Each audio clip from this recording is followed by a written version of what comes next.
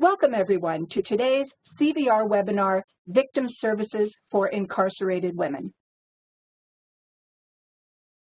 The Center for Victim Research is working to help integrate victim research and victim services. Along with syntheses of evidence and our library, we offer tools, a researcher directory, podcasts, and more. If you haven't visited the CVR website lately, I hope you will do so. CVR is a partnership endeavor between the Justice Research and Statistics Association, the Urban Institute, and the National Center for Victims of Crime. We also collaborate with many other projects working to build the evidence base for victim services. This webinar and all of the CVR's activities are supported with funding from the Office for Victims of Crime, Office of Justice Programs, U.S. Department of Justice. And now it is my pleasure to welcome today's presenters, Genevieve Jagannath, Storm Irvin, and Becky Ney. And with that, I'm going to pass controls over to Storm.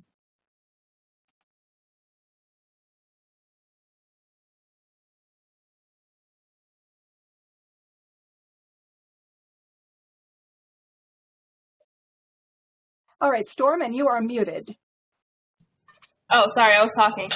Thank you, Susan, and we're just going to jump right in and introduce ourselves. We are going to ask if you would like to introduce yourself in the chat by simply saying where you're calling in from, both area, location, and organization. So, Genevieve. Thanks, Storm. Yeah, hi, my name is Genevieve Jagannath. I'm a policy assistant at the Urban Institute's Justice Policy Center, and my work focuses on trauma-informed facilities for incarcerated women, family connections, and how to promote safety and growth outside of the carceral system and the criminal legal system. Thank you, and my name is Storm Irvin. I am a research analyst at the Urban Institute. I focus mostly on intimate partner violence and domestic violence. Through this project, I've also focused on survivors who are incarcerated, and yeah, been at Urban for a while now. Becky.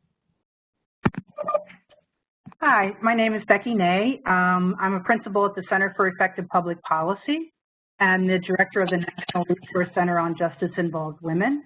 I've been mostly trying to move into retirement, but have spent what work time I have this year focused on justice-involved women. Great, thank you. And so about the Urban Institute, this project was funded by the National Institute of Justice, and they funded Urban back in 2017. Our mission is to open minds, shape decisions, and offer solutions through economic and social policy research. We are based in Washington, D.C., but as most people are, we are currently remote. So there's that. And about our presentation today, we're going to start with the study impetus, so discussing what got us involved in this project to begin with, our objectives, our methods and data sources, and then we'll go into our findings, and we'll conclude with our call to action based off our findings. So moving right along, well first, again, because we're interested, and thank you for all who have responded in the chat. It is great to see that we have wide representation from across the country. But to kind of ground us in our findings today, we're doing this activity. So if you could raise your hand if your organization partners with your State Department of Corrections.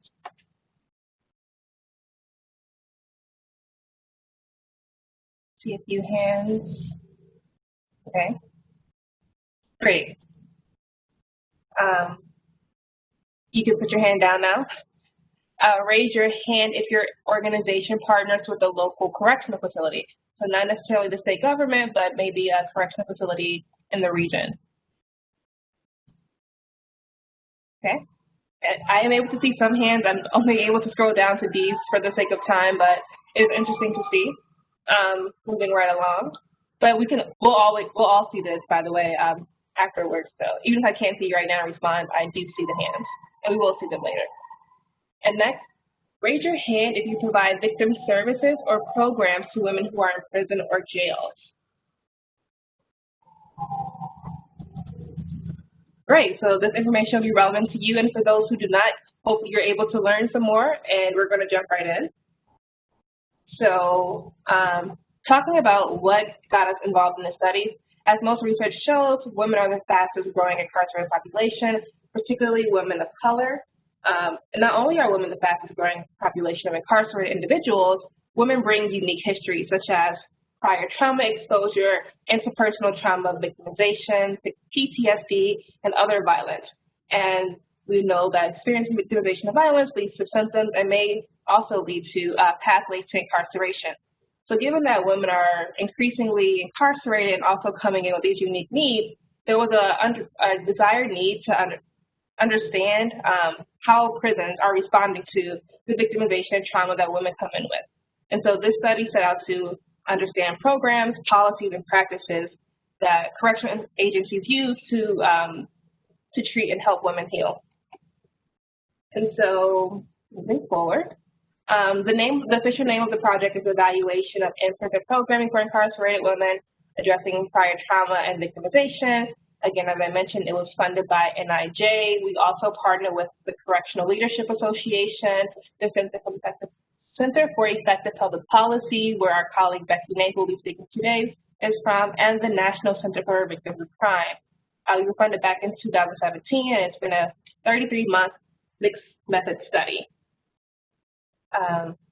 And here are some of our objectives. Again, we want to capture a national snapshot of what's happening, identify and document promising and innovative solutions or services and models. We try to do that through 5 case study sites and to develop an initial typology of victim services, strategies, and policy programs. So that's how we set out to do everything back in 2017, and today, and we're wrapping up. So our products will be out shortly this week. So moving on, our survey methods, which we did a survey to state domestic violence and sexual assault coalitions. Here were the 5 domains that they covered. We had a 70% response rate, so we targeted 81 state domestic violence and or sexual assault coalitions, and we had 57 who responded. And so we'll dive into those findings later. Outside of our survey methods, we did a number of other data collection activities. So we had the 57 surveys to state domestic violence or sexual assault coalitions. We also interviewed leadership in 41 state DOCs. From those interviews, we selected DOCs that had either innovative or comprehensive victim services policies or practices, victim service practices, and trauma-informed policies. And we then selected 15 facilities within those states to do follow-up interviews with. After talking to those facilities, we selected 5 case study sites. However, because of COVID-19, we weren't able to fully examine the 5 case study sites, but we were able to get to 3 of those. Within the case study sites, we interviewed facility leadership, incarcerated women, and community partners, so victim service agencies and other external partners who work within the facility.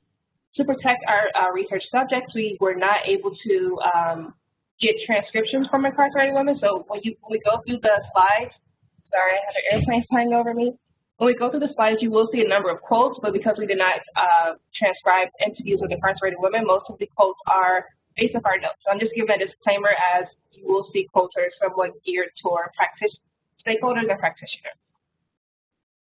And to give you a better sense of who participated in our study, so on the slide with the blue stars, these are the 41 state DOCs that we spoke to.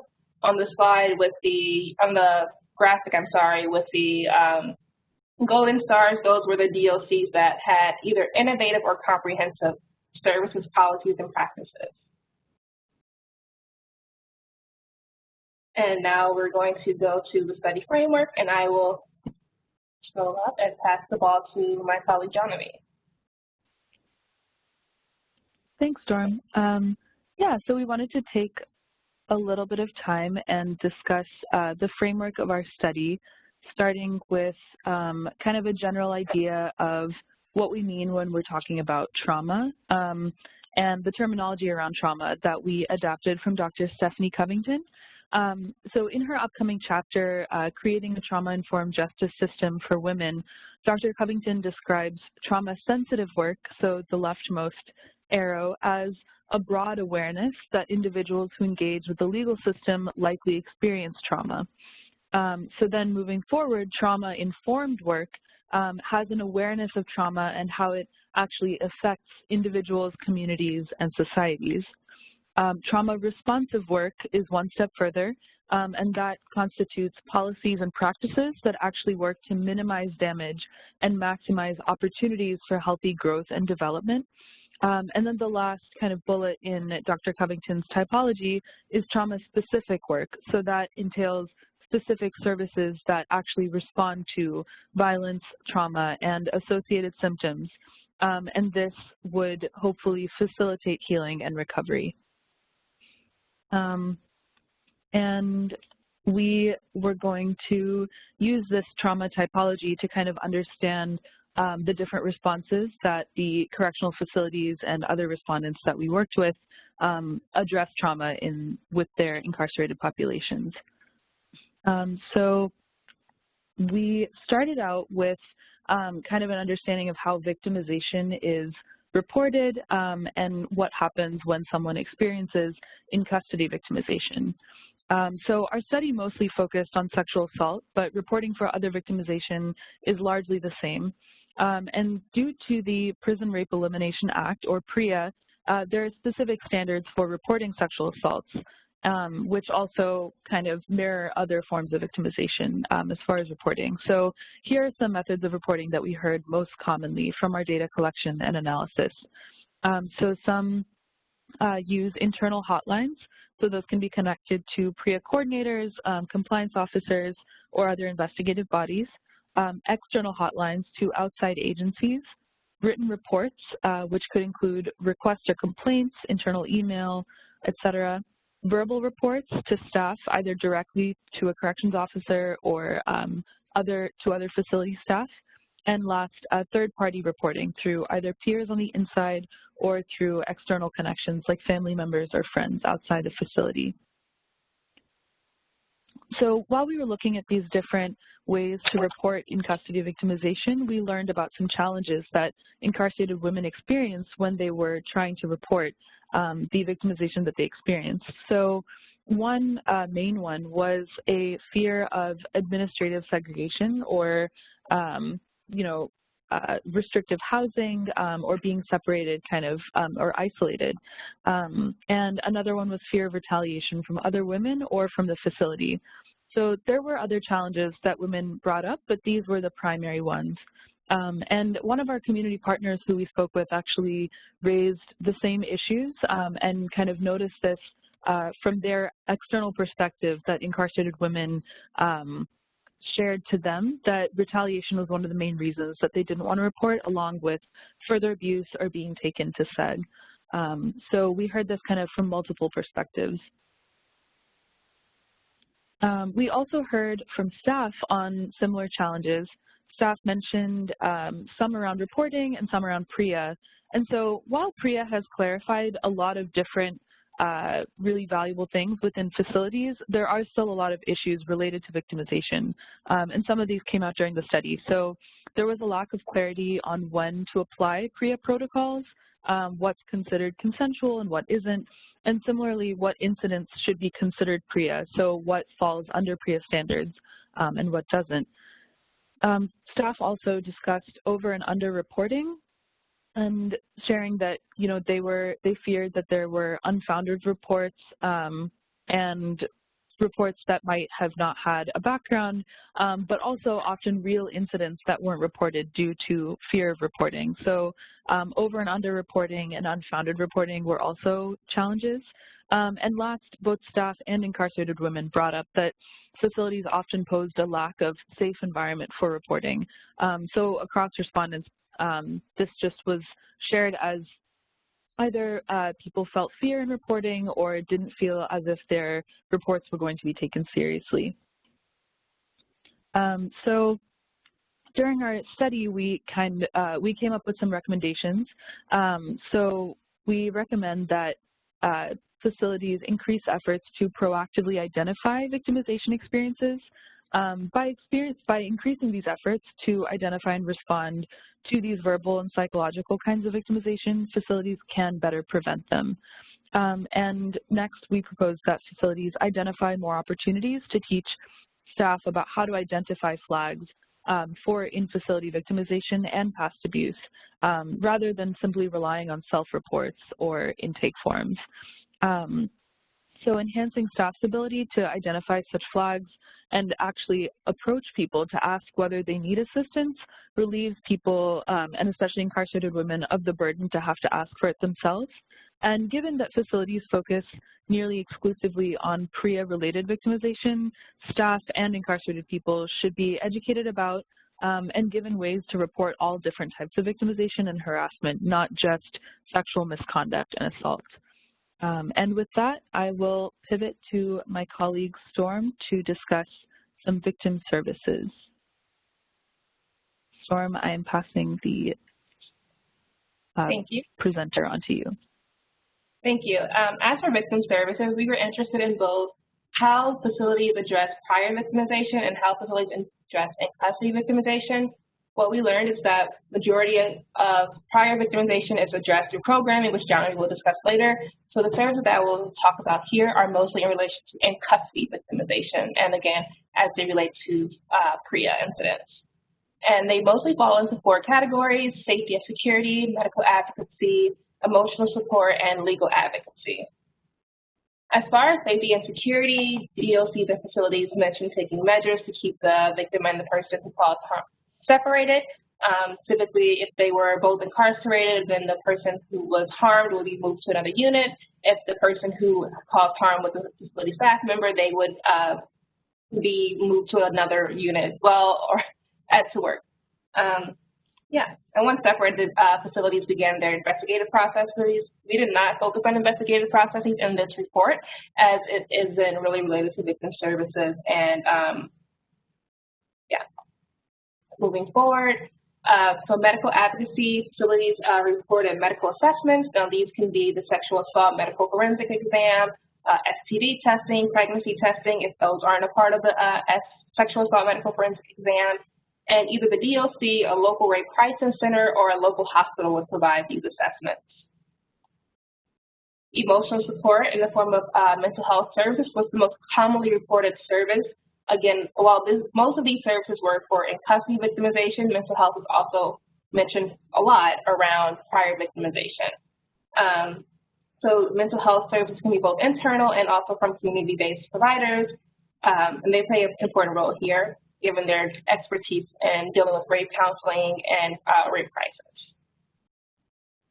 Finally, there was legal advocacy. And so I'm sure many of you on the webinar are familiar with the sexual assault response teams in the community, which get together to respond to sexual assault in the community. Well, there are also prison-based SARTs that also rely on victim advocates and community-based organizations.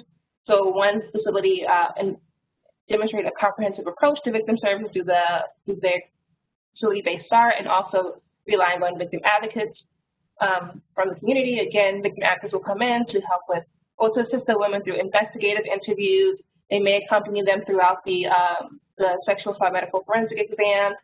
However, when we spoke to the incarcerated women, they did mention that legal services are extremely limited, and there was a need for more. However, there was talk around legal services that didn't necessarily deal with in-custody victimization, as one woman reported that she was happy to connect with a victim services agency because she was soon to be released and was worried about experiencing domestic violence from her previous partner, and so she was looking forward to connecting with the local service provider to get help following a restraining order. So I guess it does deal with prior trauma. Sorry for for misspeaking earlier. So some challenges that came up was lack of staff, expertise, and training around mental health. And this was expressed by community partners who, again, work with women experiencing victimization and women themselves. Women also expressed that they didn't have as much access as they would have liked to mental health staff. And as I just mentioned, there were limited legal resources for staff. I also want to mention that few DOCs that we spoke to mentioned having religious services. We didn't really expound on that in the report because they were very in between, but did want to raise that here, that religious services are sometimes used. That's a challenge, just want to make sure we're being transparent about our findings. So again, challenges are listed here. And our recommendations for victim services are to develop more or strengthen current SARTs, or sexual assault response teams, as they are a major avenue by which victims can be connected to services. starts that we've heard of largely focus on investigation, but we think there is an opportunity for them to also help with providing healing and services through the right collaborations. The second recommendation is to ensure that mental health staff responding to prior or in-custody victimization have training to deal with trauma. So in some cases, we learned that internal mental health staff are not actually trained clinicians, rather they are correctional officers who had worked their way through the ranks and were now in a position where they were mental health counselors, which can be damaging to the woman if they don't have the proper expertise. So that is our second, if the staff themselves are without the proper expertise. So those are our two recommendations for victim services. And I am going to now, all right, Becky. Sorry, I was going to pass the ball, but I'll keep the ball. Thanks.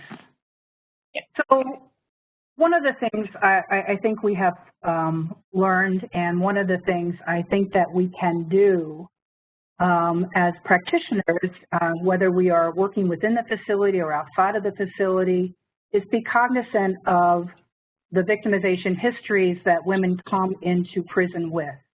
And those numbers are fairly overwhelming, as many of you no doubt know.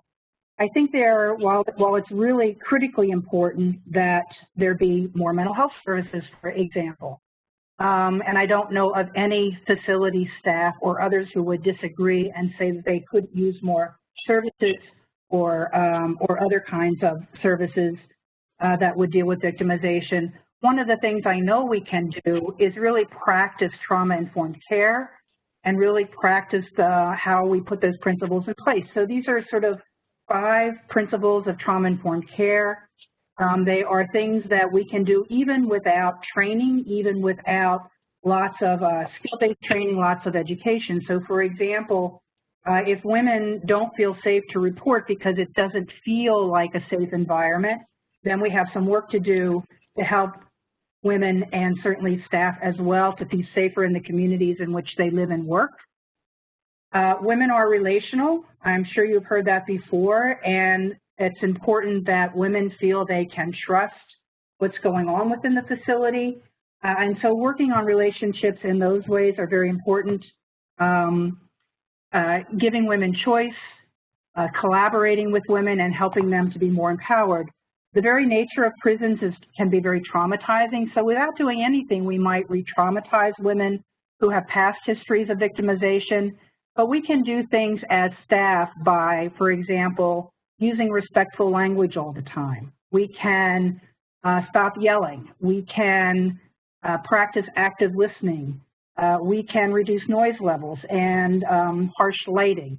So there are many things we can do to sort of tone down the facility in ways that would facilitate the implementation of trauma-informed principles and certainly facilitate some greater healing, even when we are unable to provide as many services as we would like legal services, like mental health services and others. Next one. So most importantly, I think we need to actively work on implementing those principles because these are the gains we get. We may prevent further victimization by not triggering women, by addressing issues that brought them into the facility. When we can have greater safety and the women trust the process, then there's no fear of retaliation and the reporting process is better. We have noted in some studies that women are able to sleep better when there is a trauma-informed environment in which they live. We see that women are more active participants in and engaged in programs and services. We see a decrease in disciplinary infractions and the use of segregation. We see the decrease in conflicts and unsafe behaviors and greater stability and safety. And I reiterate that that's not just for the women, but that is also for the staff who work there. So on the next slide, I'm just going to show a very brief example about what I'm talking about. This is the impact of implementing trauma-informed principles. Again, not that all of the other things aren't critically important, they are, but the more we can work to implementing a trauma-informed environment within the facility, we see these kinds of remarkable changes. We see a reduction in assaults, fights, segregation placements, suicide attempts, mental health watches, crisis contact, self-injuries.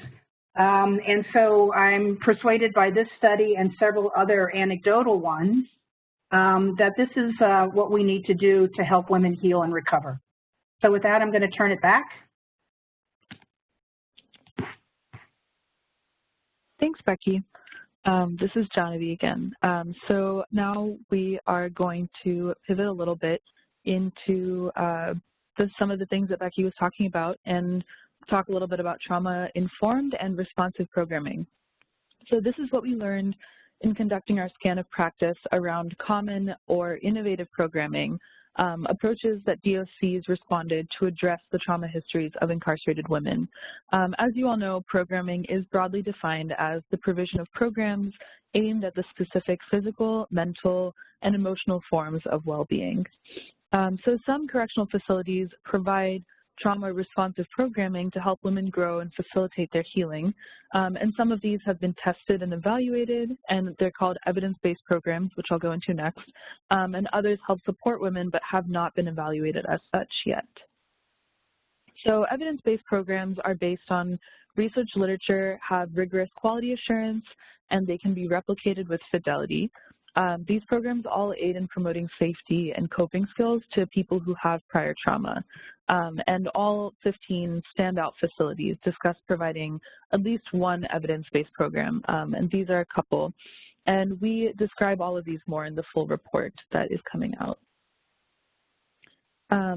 So Incarcerated Women describe some of these programs as being really impactful. They describe Beyond Trauma, Beyond Violence, Healthy Relationships, and Helping Women Recover as pulling scabs off, helping them to realize their triggers, doing wonders, help thinking through issues that were deeply rooted for the past 20 to 30 years. So these programs had a deep impact for some women who got to experience them.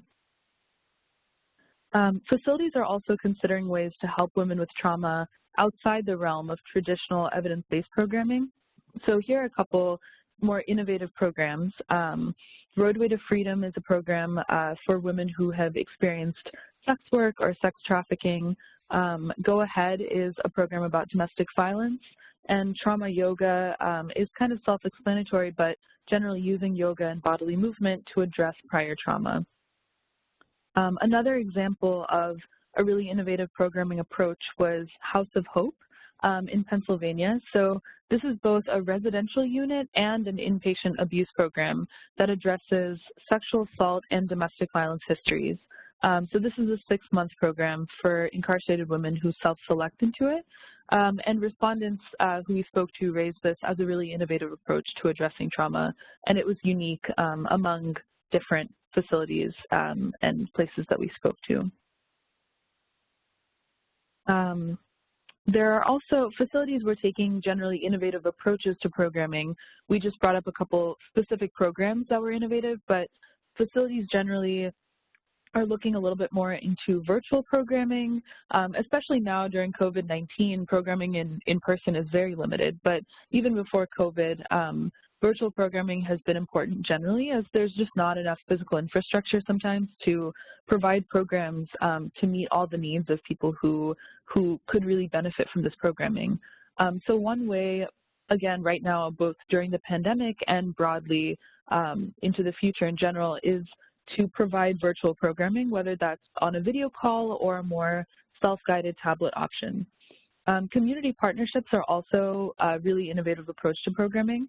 Partnering with organizations that provide programming that the facility might not have capacity or experience for can be really valuable. Community partners are helpful in programming about intimate partner violence. For example, Just Detention International works to reduce instances of sexual assault in facilities.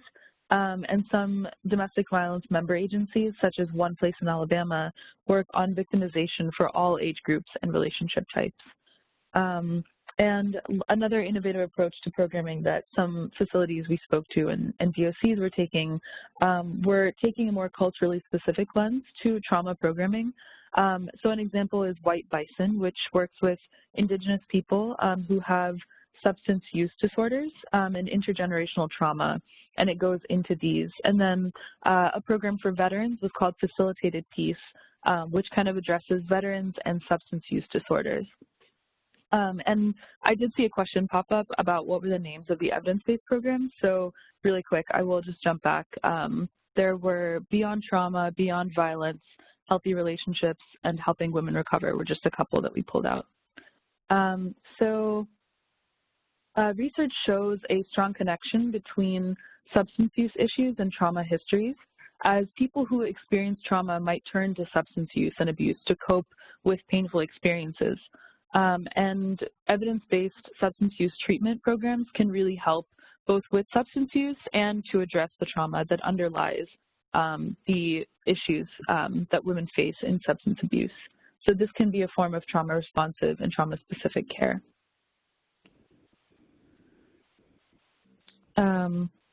Being pregnant and giving birth while being incarcerated can also be a really traumatizing experience. Especially incarcerated women are forced to separate from their children often within 48 hours of giving birth. And this early separation really magnifies the experience of trauma that pregnant people who are incarcerated face. So here are some innovative programs for pregnant people and parents who are incarcerated in general. We also have a blog coming out about this that will describe more of these programs in depth about family connections in women's prisons. So these are some challenges that staff experienced in providing programming. Many facilities expressed time and resource shortages, which limited their ability to provide programming for everyone who needed it. So this was in space, in funding, and as the next point, in finding consistent staff. So volunteers and other partners often instructed programs, but sometimes this was difficult if volunteers weren't continuously available or if staff turnover was high and staff weren't available to then facilitate a program that they used to. So it was really difficult in finding consistency in staffing. And additionally, some facility staff respondents described how programming practices at times can actually not be conducive to healing. For example, program staff shared that some of the criteria to participate in programs could be women could be removed from a program for being unstable, for having serious physical health issues, for missing program sessions, either due to restrictive housing or disabilities, or when a woman was put on disciplinary detention or administrative segregation. All of these things could be criteria for removal from a program or punitive practices within programming, which was actually a strong challenge in program provision. Because it didn't encourage women to continue in programming, especially for women who needed it the most.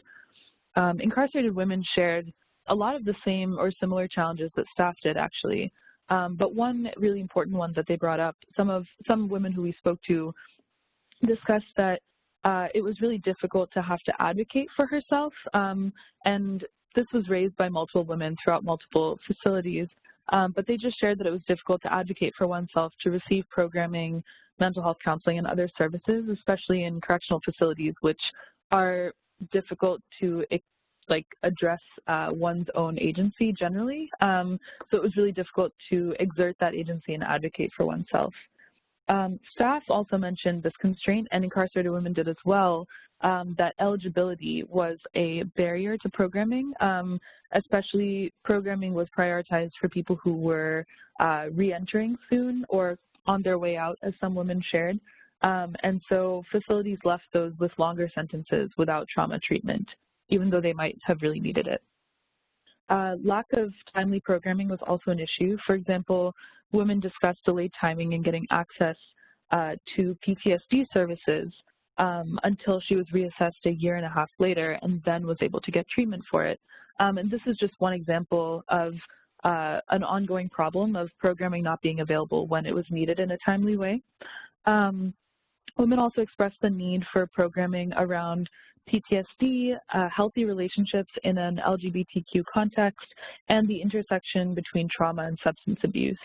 And in a similar vein, many women and program providers discussed gaps in program topics and discussed that it was important for all programs to be given in a more culturally informed and LGBTQ+ informed lens, just as this would make it more responsive to women in general. And women also expressed a lack of available programs, and where these programs were provided, that there were a lack of available seats in the programming. So a lot of these actually mirror what staff discussed and program providers discussed as well, and were just shared across respondents in our study in general. And to this, our study posed some recommendations around programming. I won't get into all of them right now in detail, but our forthcoming report on victim services covers these more in detail, and will be available online in the coming months, I believe. And with that, I will continue holding these slides, Becky, but I will pass it to Becky. Okay. So with respect to programs, again, I don't know of any corrections agencies who say they wouldn't be happy to have more programs for women. In my experience, the women typically will take advantage of things that are offered. We heard about some of those challenges that have to do perhaps with budget, with staff who are trained and skilled to provide programming. And in many cases, just the physical plant makes it impossible to hold as many classes as some facilities would like. I think we also heard that many DOCs are finding ways, creative ways to provide programming, especially in this time during COVID, when many people have been banned from coming into the facility, so unable to provide programming, very limited visitation, either video or telephone calls. And so we've seen, I think, a big expansion of things like tablets, expansion of telephone calls to maintain contact with family, video programming where we can, and counseling and other things of the like. If you are interested, I noticed in the chat, if you are interested in a listing of evidence-based programs for women, you could go to the National Resource Center on Justice Involved Women, CJ Involved Women, or oneword.org, and look for our project resources. We have a listing of all the evidence-based programs for women, many of which were included in the slides today, but there are others with the research behind it and sort of what it addresses, timeframes and the like. I think what's also important for many of you on the webinar today who are victim advocacy organizations to be advocating for more programming. More trauma-informed programming, more domestic violence, intimate partner violence, issues that are very real for many of the women. And I think what's also most important is dealing with these things in a holistic way. So, for example, it's not enough just to provide a substance abuse program for a woman who may have substance abuse issues. We really need to understand her past victimization and trauma and what led her to substance abuse. We may need to understand what her family situation is like, et cetera. So encouraging folks to take a holistic approach to programming.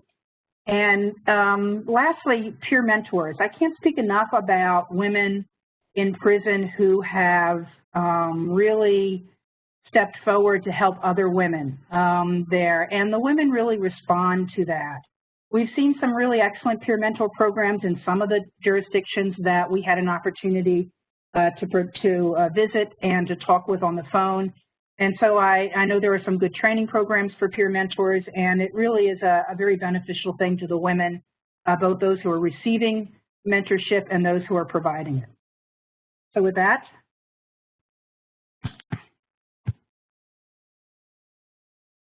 turn it back.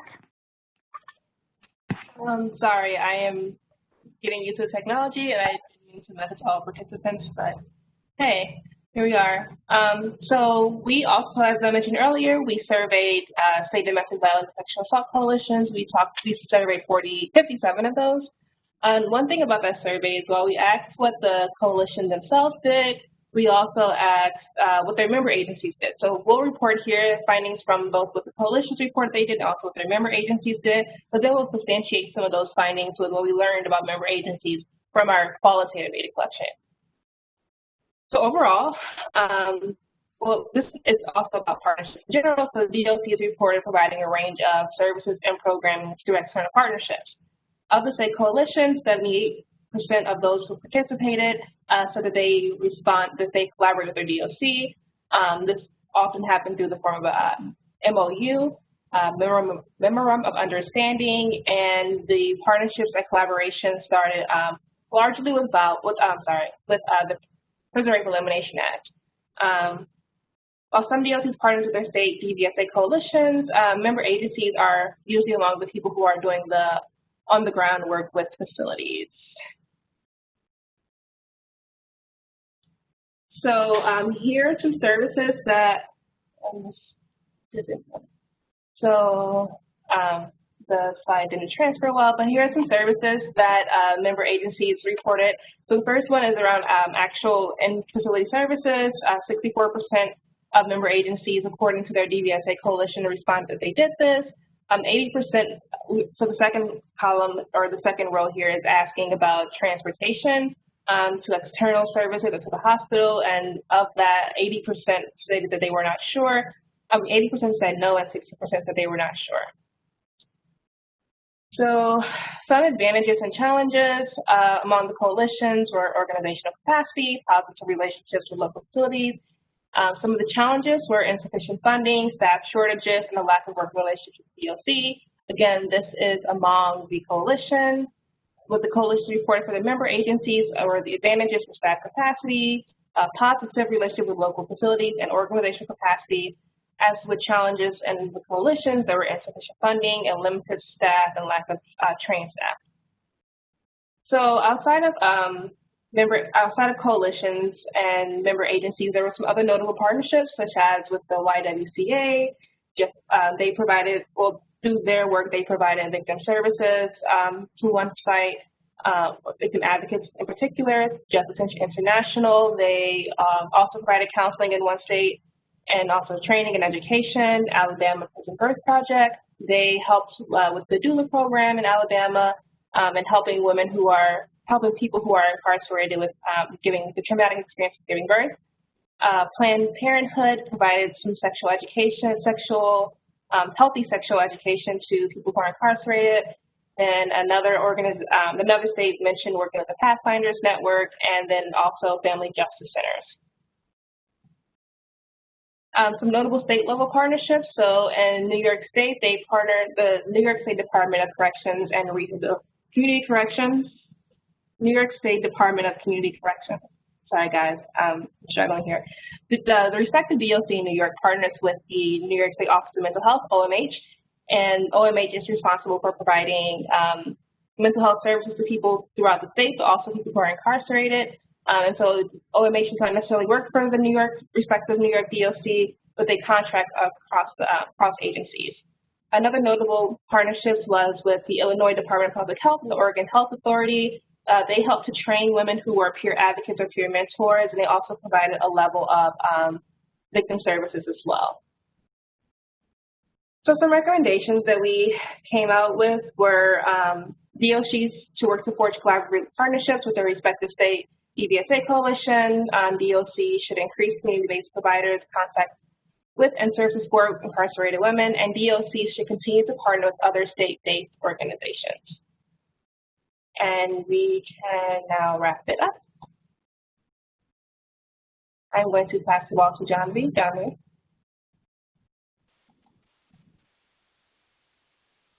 Thanks, Torn. I think, yes, I'm not muted. Okay, I'm also working with this technology. Okay, yeah, so we are starting our wrap-up by discussing some broad challenges that facilities faced and DOCs faced in addressing trauma and victimization, and that women faced in addressing their own trauma and victimization while in the correctional systems. So one of the first challenges that we wanted to raise was that prisons are punitive and inherently traumatizing places to be. So correctional facilities strip people of their agency, of their external social networks, and they're generally not conducive to growth in any inform. Even with trauma-informed programming, it can be really hard for a system that prioritizes punishment and actively inflicts trauma to also provide services that address or mitigate trauma. So this is just a baseline challenge in correctional facilities working towards being trauma-informed because the nature of being confined or the way that staff treat incarcerated women can be inherently traumatizing. It can be really difficult for the trauma-informed care to come from these same facilities. And relating to that, another challenge that we found through our different interviews and study respondents were that some of our respondents discussed staff using violence against incarcerated women. Because incarcerated women's responses to trauma and violence are very informed by their prior trauma, and the majority of incarcerated women have prior trauma, the way that staff treat incarcerated women is of utmost importance. But some respondents reported that staff engaged in sexual assault against women, other violence, and a lot of people reported just day-to-day abuse by staff to women who are confined in the facilities. So here, staff training and correctional culture is really important to prioritize to ensure that staff have a good understanding of prior trauma and potentially what actions that they're engaging in that could be traumatizing to others that they might not even recognize, and how to be less violent at times towards women in a facility that could promote violence. And another challenge that we wanted to raise were the underlying assumptions about the status of both personhood and victimization for incarcerated people. Because the current criminal legal system kind of frames people who are charged with criminal activity as criminals, it can be difficult to frame those same people as victims of harm or as people who experience harm. So because the system has kind of a hard time in allowing people to be dual entities or people who both could cause harm and experience harm, it can be difficult for this system to be addressing people who are framed as criminals or as people who are deserving of punishment as also deserving of healing. And based on these, we have some recommendations and a call to action. So facilities should revamp the entire facility culture. Facilities and departments of corrections should revamp the entire facility culture, operational practices, and programming to be trauma-informed, trauma-responsive, and trauma-specific, kind of going back to Dr. Covington's original typology that we discussed. Addressed in a companion report entitled Reducing Trauma for Incarcerated Women with Adapted Custodial Practices, which was the other report that we are coming out with, we describe approaches related to correctional culture, operations, and practices with the goal of reducing harm, addressing trauma, and increasing women's well-being. It's also important to increase efforts to identify and implement different trauma responses. To identify, I'm realizing this slide says, and implement different trauma responses, but we mean to identify the trauma responses of people who have experienced victimization. Given that victimization often produces symptoms and triggers over time, victims could exhibit behaviors that appear misguided, but are actually just their responses to trauma. If prison staff are trained on how to recognize these behaviors, they can then tailor their responses in ways that are more trauma-specific, which could include connecting the victim with mental health services or better programming that's specific to their situation. It's also important to respond to the unique needs of people in women's prisons who are not heterosexual cisgender women. So one major challenge in correctional institutions is their really polarized approach to gender and sexuality. As prisons are divided male and female, that in real life, it's really not a binary or dichotomy like that. And there may be people in women's prisons who aren't cis women, for example, transgender men, non-binary people, and people of other genders can also be confined in women's prisons. Similarly, there may be people who identify as LGBTQ, and they have unique victimization needs as they're more likely to experience sexual assault prior to incarceration and within incarceration. Given the heightened risks of these populations, correctional practices should really work to prevent the continued victimization experiences during incarceration. It's also important to recognize that people confined in women's prisons may be both crime survivors and people who have been convicted of crimes. The punitive nature of prisons, as we discussed, and sometimes of programming, can just serve to reduce incarcerated women to just the crime for which they were convicted. And it often ignores that many women entering corrections are also crime survivors, as I'm sure those of you who work with people who are incarcerated have seen before.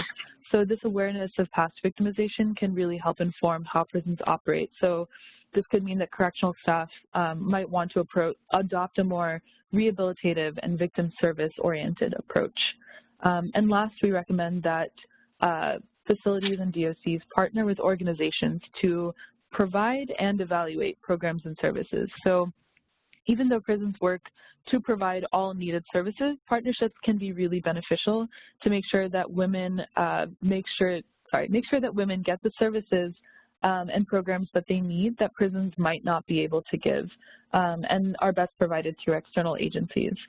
And external research organizations can also help DOCs understand what works best to address women's needs and improve their practices. So I'm going to pass it on the same slide, I believe, to Storm to share a little bit before we start wrapping up. Yes, thank you, Genevieve. And I just wanted to flag that thank you all for attending. Before we wrap up, we do have a final report coming out in a few days. It should be held by the end of the week, where we will explore some of the things that we didn't have time to explore today, such as the peer mentorship, survival coaches, as well as more about the evidence-based programs and the research that supports the evidence-based programs. And so I just wanted to put that out there. And also there was a question in the chat about how funding for the DBSA and member agencies to do their work, and we did explore this a bit in our survey. And some of the funding comes from VOCA and VAWA funds.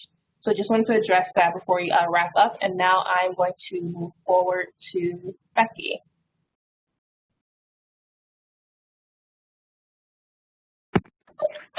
Thanks. So I guess in sum, I would just want to thank the Urban Institute for doing this study, and it's been gratifying to be involved in it just because I've been very interested for a long time in understanding how we're responding to women's victimization once they come into criminal justice.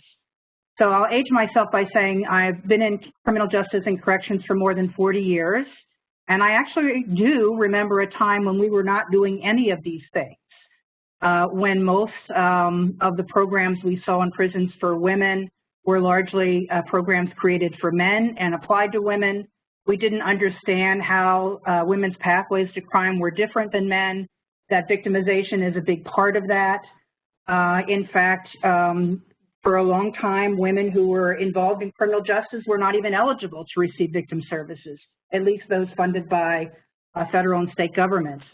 So some of those things are changing. I was happy to see in many of the facilities that we talked to and were able to visit that there is at least a recognition on the part of many staff, and sometimes all of the staff, that women come into crime because they have victimization in their histories, that they have trauma that needs to be addressed.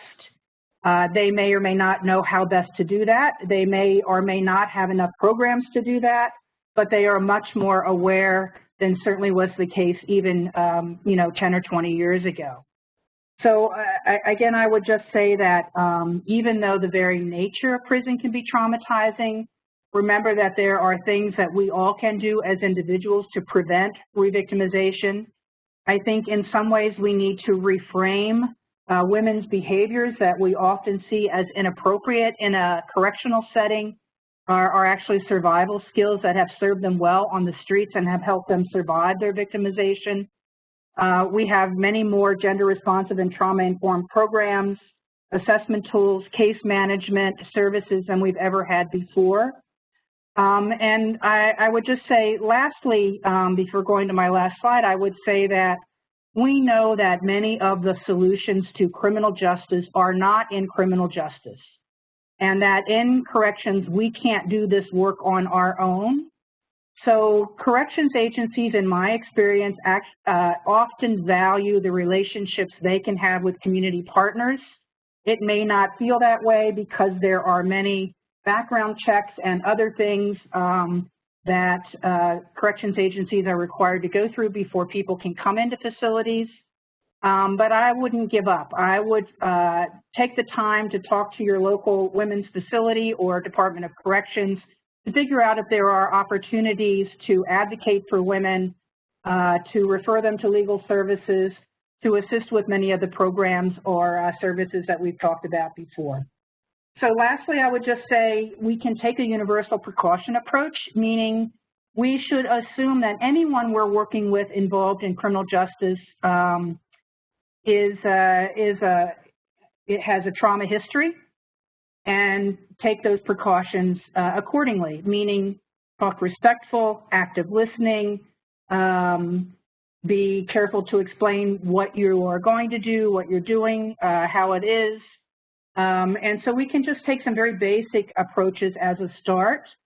And I want to end with this little continuum that Stephanie Covington created and where we started as our framework, just to say that we have to continue to make a commitment to trauma-informed care so that prisons, even though their nature is can be very re-traumatizing, that we can still do good work to help women heal and recover while they are in those facilities, and certainly on out into the community. So with that, I'm going to stop.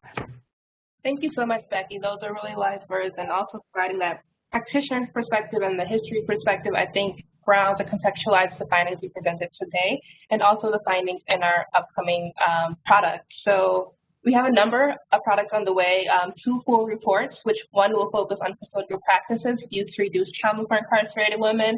The other is, and will summarize findings we presented here and also provide more context. It's in-prison programming and services to address trauma. And then we have a number of blogs that are also on the way. And so with that, and they should all be out hopefully, well, the first 2 reports should be out by the end of the week, and the blogs will come sometime after for those who are interested in learning more about what transpired from this study. Also, we did produce a typology, which will be available as well. That was the last slide. Oh, so with that, did anyone have any questions? Please feel free to send the chat, and I think Susan will help to moderate some of those. Yes, thank you, Storm. And as I told you all, we will go ahead and put up our exit poll right now so that it's available for those of you who need to leave, but we will be sticking around to answer questions. You'll be able to reopen the chat box and put your questions in chat. We have a few questions that have already come up. Becky, you had said that most facilities are open to programming, and you made that point a couple of times, but there were still a lot of questions about whether there's a website about facilities that are open, or lists of advocates that facilities can draw on, or list of facilities that are open to community partnerships and all that sort of thing. Are you aware of any sort of a list like that? I am not aware of a list. Wouldn't that be nice? But then someone would have to maintain it and update it. I think it just requires a little bit of searching the internet, of calling your corrections agency about landing with the right person, certainly talking to your state coalition about that. They would probably be the most likely to have kind of a listing of agencies in their networks. There's certainly local facilities. Most counties in this country, and there are more than 3,000 of them, have local correctional facilities. We've not even really talked about them very much, but there's great opportunities to be working locally as well. I don't know, Johnny or Storm, if you wanted to add to any of that.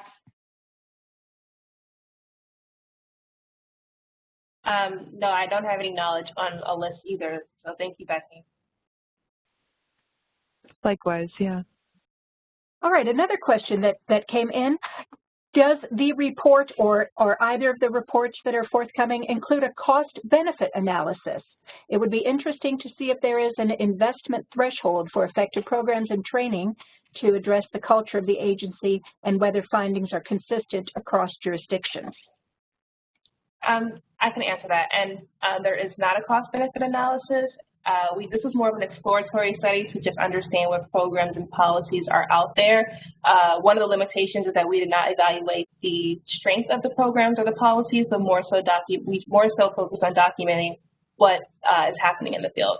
So I do want to make that disclaimer. But as far as cost, one of our variables, I think one or maybe two of our variables from the survey asked how coalitions support their work with prisons around victim services and around programs, and some of this funding came from voc and VAWA funds. So that's the extent to which we dive into costs.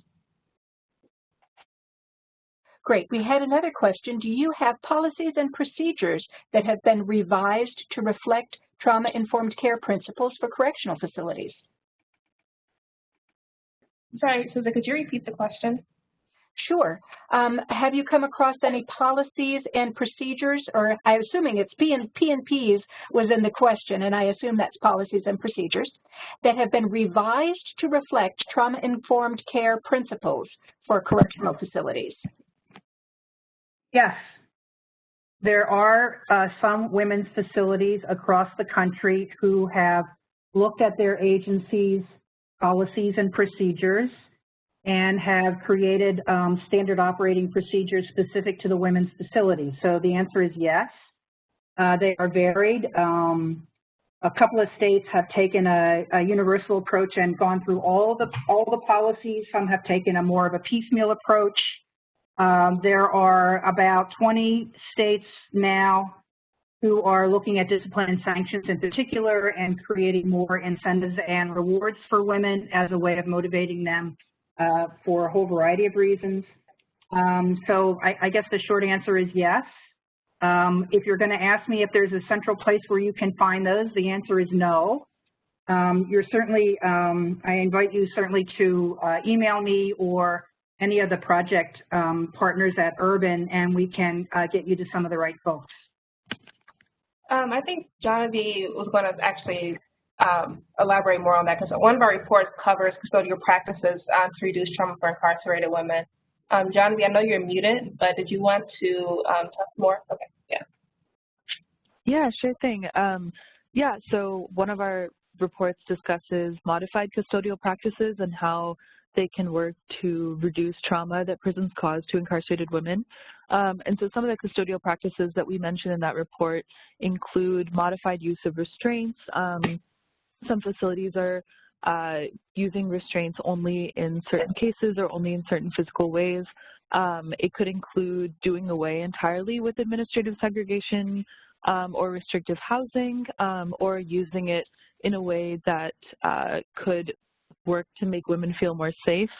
Some of these practices also look at the way that prisons work with incarcerated people who are transgender, because this is a really strong indicator of how trauma-informed prisons generally are, because people who are trans have really high rates of prior victimization and in custody victimization. This report kind of also looks at the way that correctional facilities address people who are trans who are incarcerated. It also kind of touches on a lot of other custodial practices, generally such as staff behavior, staff training, and kind of dives into correctional culture and philosophy generally, and how correctional facilities and DOCs can try to orient themselves around a trauma-responsive or trauma-specific approach to better understand the prior trauma that women come in with, in order to be not necessarily healing, but just less traumatizing environments. Even if they aspire to be healing, they can work in a very tangible way to be less traumatizing in the short, immediate term. And also on that note, we do have a journal article which will be published hopefully by the end of the year that does a cluster analysis of policies and practices among DOCs and among facilities as they relate to being trauma-informed. And so there are a few things that we have, the custodial practices piece and also the typology, which will be in a journal article, and we can provide more more information on that if Susan has emailed once that's published and which journal it's published in. Thank you. Great. So we will have a channel to get additional information out to folks that have registered for this webinar. Another question that has come in is a basic one. How do you bring victim services to institutions? Is there a how-to guide, a step-by-step guide? So from our findings, we can see that the relationship between victim service agencies are largely due to relationships with victim service agencies and DOCs vary by jurisdiction and also funding. And so there are volunteer programs, there are programs that have been funded. And so while we don't necessarily have a how-to guide, we do provide examples, and I think those examples can be implemented in other jurisdictions. If it's not currently implemented in your jurisdiction, and it may be a matter of talking to your agency or talking to your respective DOC about how to foster a relationship or a collaboration partnership to introduce these practices and to introduce more victim services, to introduce more programming. So it's not necessarily a how-to guide, but if I could say based off the findings, if the things that you're seeing or learning aren't being implemented, I would just start with like a conversation with key stakeholders who are involved. I would agree with that, and certainly from the survey we saw that as a result of PRIA there are many partnerships with the coalitions around the country for perhaps very specific kinds of things related to sexual assault and responding to that. But we also have seen that there are those partners who, once they have begun to forge a relationship, can then begin to talk about additional things they can provide. And certainly once the collaboration is a relationship that's trustful among all the parties, I think those things begin to happen quite naturally. Thank you. We had another question. This person is working to introduce a volunteer-based parole preparation program to a women's correctional facility.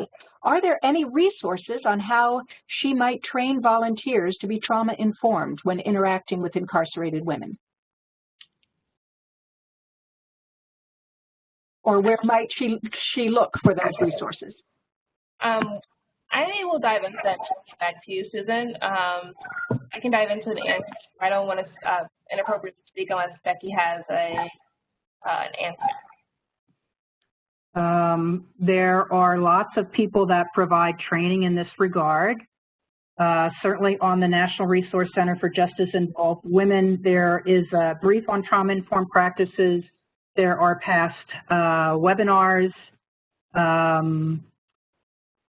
So at any rate, there are resources out there. The National Institute of Corrections is almost always amenable to receiving requests for technical assistance and training, and they may be able to provide some training to volunteers. And it may be that your corrections agency has trainers who provide trauma-informed training, and they may be willing to talk to you about training volunteers as well. That's great. We have one final question.